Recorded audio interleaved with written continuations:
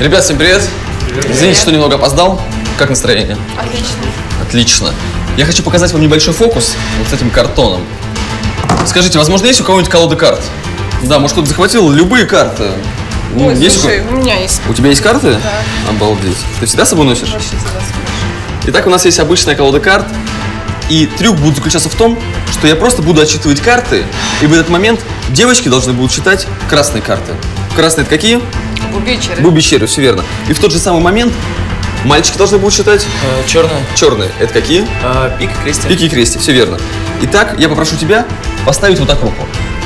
Я надеюсь, все запомнили, да? Девочки считают количество красных карт, мальчики считают количество черных карт. Итак, начали.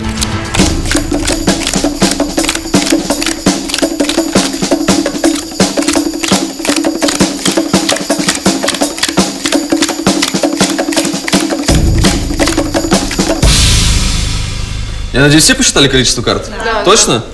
Да. Сколько было красных карт? Запомнила? Да, их было где-то 13. Уверена, да? Да, уверена. Правильно, их действительно было 13.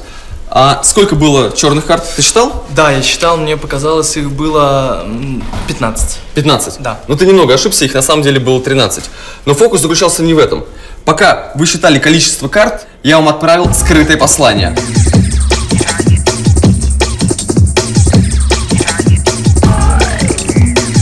А вы заметили 17 изменений? Первое изменение заключалось в том, что черный телефон поменялся на белый. Второе изменение было в том, что ребята поменялись очками. Третье изменение произошло, когда у нас поменялся цвет подарка у одной из девушек. Четвертое изменение произошло, когда синяя колода карт поменялась на красную.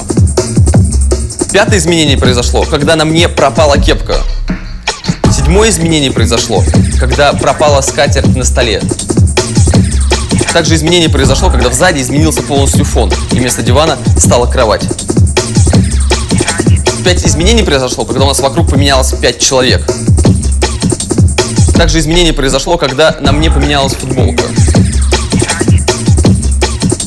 Также изменение произошло, когда на девушке появился шарф. Следующее изменение произошло, когда на мне опять появилась кепка. Также изменение было, когда у нас появилась стремянка. Ребят, всем привет. Извините, что немного опоздал. Как настроение? Отлично. Отлично.